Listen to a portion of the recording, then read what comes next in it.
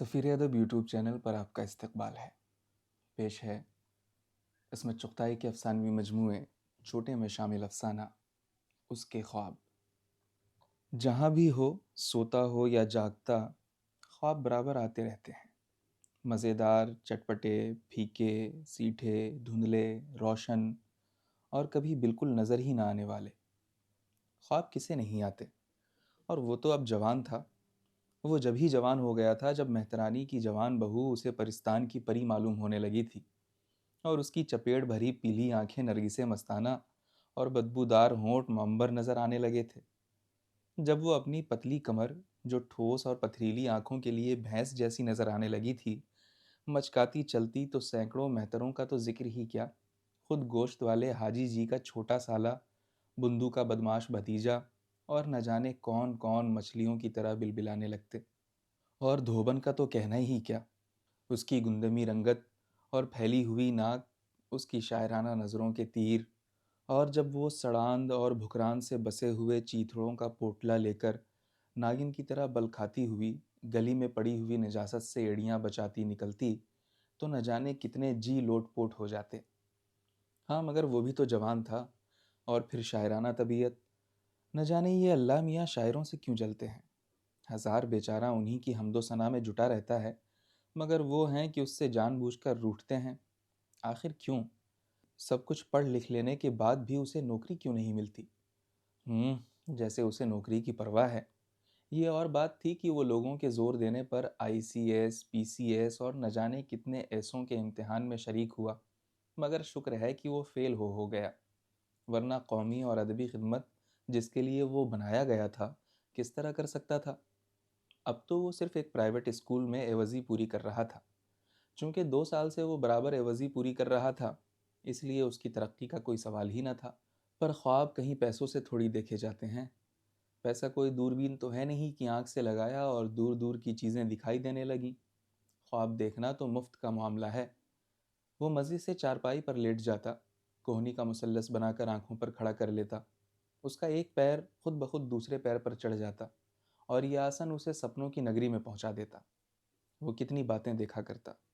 اس کا پرانا پلنگ اور گھٹا ہوا کمرہ جادو کے زور سے اڑ جاتے، اور وہ اپنے کو ایک عجیب و غریب جنگل میں پاتا، جہاں ایک ضعیف سادھو بھگوان سے دھیان لگائے ہوتا۔ یقین کیجئے، سادھو کبھی اکیلے نہیں ہوتے۔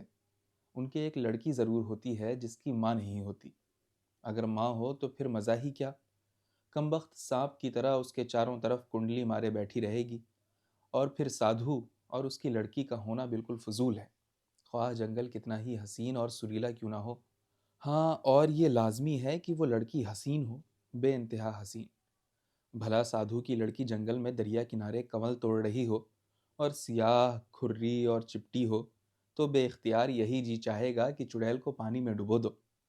خیر، تو اس کے جنگل کے سادھو کی بھی حسین لڑکی ہوتی۔ اب یا تو وہ گھوڑے پر سے گر پڑتا اور وہ لڑکی اس کا سر زانوں پر رکھ کر ہوش میں لاتی، یا پھر وہ پیاسا ہوتا اور کٹی میں جاتا اور سادھو اپنی حسین منورما، آشا یا روپا جو کچھ بھی ہوتی اسے پکارتا، اور وہ بجلیاں گراتی، آنچل کے شعبدے دکھاتی آتی اور لٹیا یا گلاس میں تازہ بکریوں کا دودھ دوہ کر لاتی۔ شرمانا اس کے لیے اشد ضروری ہوتا، اور اس کے جسم میں بجلی کوندانے کو اس کی پتلی انگلیاں شرطیہ طور پر چھو جاتی، اور جب یہ معاملہ ہو تو انجام معلوم ہی ہے، وہ دودھ پی کر تازہ ہو جاتا۔ سادھو کی یا تو ٹانگ ٹوٹی ہوتی، یا اندھا ہوتا، یا اور کوئی بات ہوتی، اور وہ دونوں اکیلے سارا سارا دن ندی پر کھیلتے۔ وہ اس وقت بالکل یہ بھول جاتا کہ اتنے دن اسکول میں عوضی کون کرے گا، اور لڑکوں کو اگر معلوم پڑ جائے کہ ماٹ صاحب ندی کنارے راس رچانے جاتے ہیں تو پھر تو وہ اسے جیتا نگل لیں، اور جو ذرا بہت ہیڈ ماسٹر صاحب کے داب سے پڑھ لیتے ہیں وہ بھی بند کر دیں، اور لڑکوں کا خیال آتے ہی کیسا بھی مست کن خواب ہو ٹکڑے ٹکڑے ہو کر بکھر جاتا۔ وہ لڑکوں کو کوستا، کاش ان سب کی مائیں بانجھ ہوتیں یا بچپن میں بیوہ ہو جاتی۔ اس کی سمجھ میں نہیں آتا تھا کہ لوگ بیواؤں کی شادی پر کیوں مصر ہیں۔ اگر چند مشینیں اتنی تیزی سے کام نہ کرتیں تو آج کو ایک ایک کلاس میں 3 سیکشن نہ ہوتے۔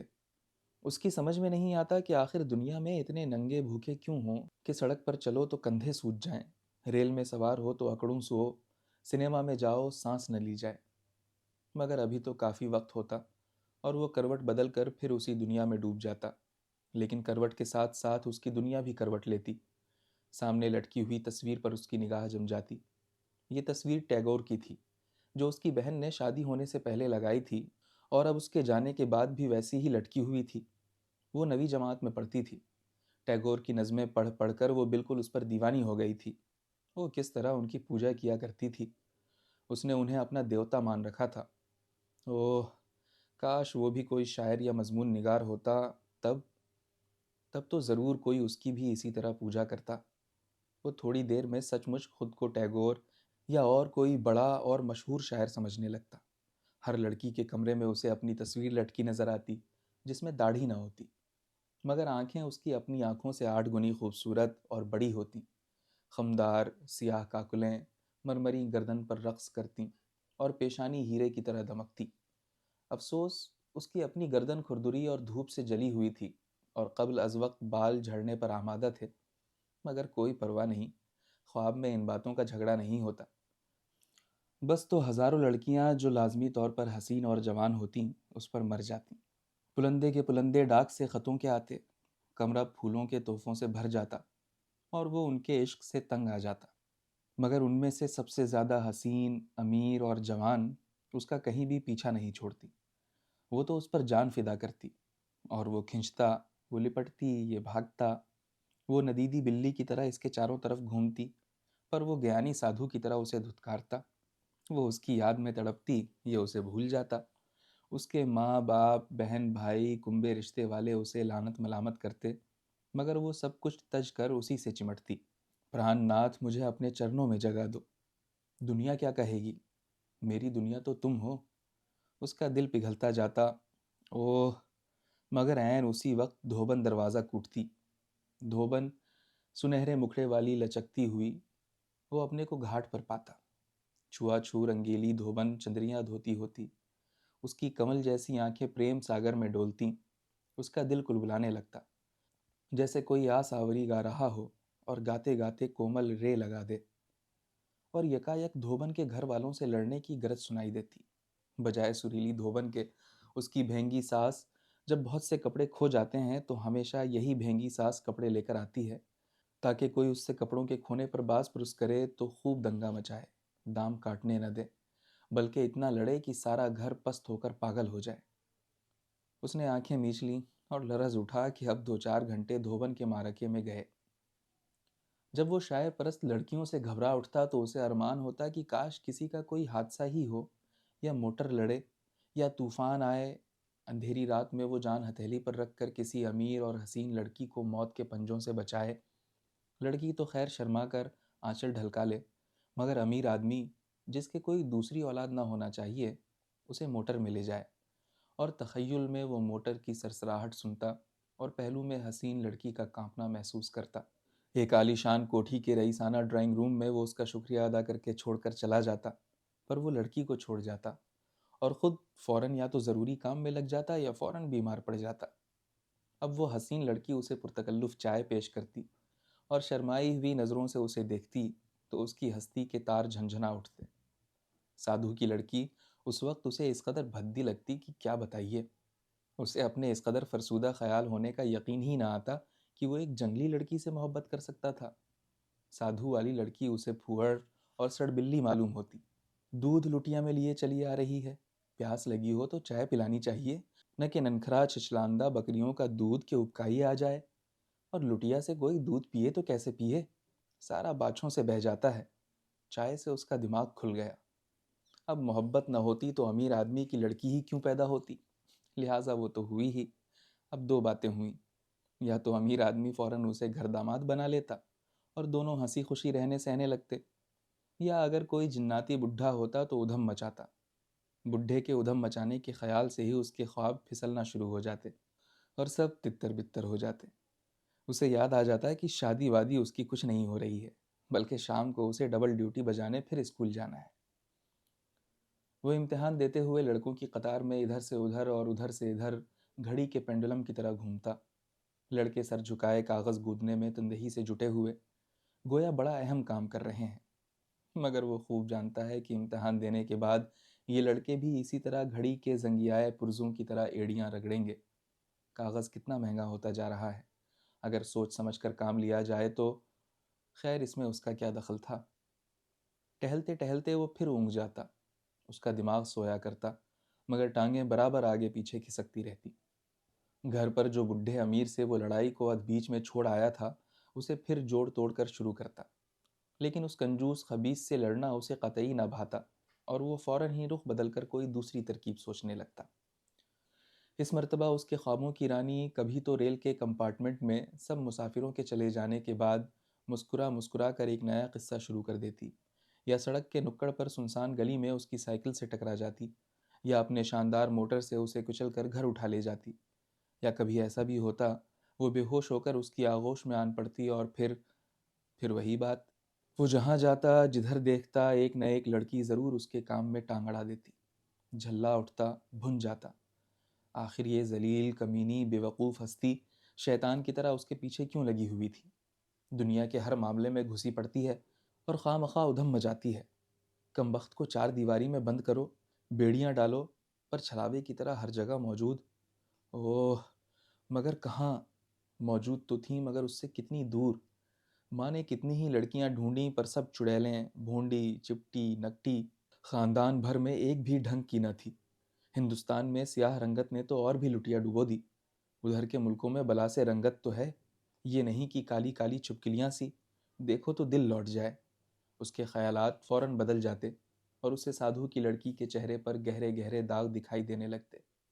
وہ امتحان دیتے ہوئے لڑکوں کی شکلیں گھورتا، اندازاً سب کی بہنیں اسے بھونڈی نظر آتیں۔ کم بخت کیا بری شکلوں کے تھے، بنواری کی ناک پر تو جی چاہتا گھونسا مار دے، خصوصاً جب وہ جیومیٹری سمجھاتے وقت اپنا پورا دھیان کھڑکی سے باہر خوش مذاق کتوں کی طرف لگا دیتا۔ دہنیوں کم بخت بھینگا، بھویں تکونی، دانت سڑے ہوئے، سروپ کے تو خیال ہی سے وہ جل اٹھتا۔ لوگ کہتے ہیں بچوں کو پیار سے پڑھاؤ، چاہے جی چاہتا ہو کہ سب کو زندہ جلا دیں، مگر پیار کروایا جا رہا ہے۔ خوب بیتی ہو جانو۔ کونے میں بیٹھی ہوئی مرہٹی لڑکی کو دیکھ کر وہ اور بھی تنگ ہو جاتا، اس کے نخرے ہی نرالے، زیادہ سے زیادہ 12-14 برس کی، پر وہ کلاس میں ایسی رکھی جاتی تھی جیسے روئی کا پھویا، الگ ایک کونے میں ایٹھی ہوئی، غرور سے پیٹھ اکڑائے ڈٹی رہتی۔ یہ فتنی نہ جانے کتنے دلچلوں کو ہیڈ ماسٹر صاحب سے ٹھکوا چکی تھی۔ ذرا کوئی بولا اور وہ انڈوں پر بیٹھی مرغی کی طرح کڑکڑائی۔ خود وہ ماسٹر ہو کر اس سے ڈرتا تھا، اور ویسے اس میں دھرا کیا تھا، ذرا سی چھوکری کون منہ لگے؟ مگر جب بھی اس کی طرف دیکھو معلوم ہوتا کہہ رہی ہے، کہہ دوں ہیڈ ماسٹر صاحب سے۔ کبھی وہ اسکول میں کام کر کے نہ لاتی تو کیا مجال جو کوئی اس سے پوچھ سکے کہ تمہارے منہ میں کتنے دانت ہیں۔ وہ فخریہ بھول جانے کا عذر کر کے صاف بچ جاتی۔ اس کا دل چاہتا ایک کوڑا لے کر مردار کو اتنا مارے کہ بے ہوش کر دے، اور جو کچھ بولے تو مرغا بنا کر سب سے موٹے لڑکے کو اس کی پیٹھ پر چڑھا دے۔ یہ عورت عورت عورت منحوس، چڑیل، دیوی کتیا، دل کی رانی، ڈائن، شکر ہے کہ چھٹی ہو گئی اور خواب ختم ہوا۔ آخر وہ شادی کیوں نہیں کر لیتا؟ مہا بے وقوف، ماں کہتی ہے کوئی اچھی لڑکی نہیں ملتی۔ لڑکی اچھی بری؟ لڑکی لڑکی ہوتی ہے، نہ کہ اچھی بری، اور اسے ساری لڑکیاں ایک ہی جیسی معلوم ہوتی، جیسے پختہ اینٹیں، سب کی سب چالاک، کاہل، مٹھوس، اترانے والی۔ لڑکیاں نہیں ملتی، اور یہ جو بھر بھر لاری اسکولوں کو جاتی ہیں وہ کیا بکریاں ہیں؟ اسکولوں کی لاری میں فوراً ایک نئی جاذبیت پیدا ہو جاتی۔ چھٹی کلاس میں جب سے اسے مہترانی کی بہو کی کمر لچکتی نظر آئی تھی، اس کے لیے لوری ایک اڑن کھٹولا بن گئی تھی، جس پر پریاں لد لد کر شہر کے گناہ گاروں کا دل للچانے گلی کوچوں میں مٹر گشت اڑاتی تھیں۔ اب بھی جب وہ لوری کا ہارن سنتا تو سوئے ہوئے دل کے سارے بھوت پریت جاگ اٹھتے۔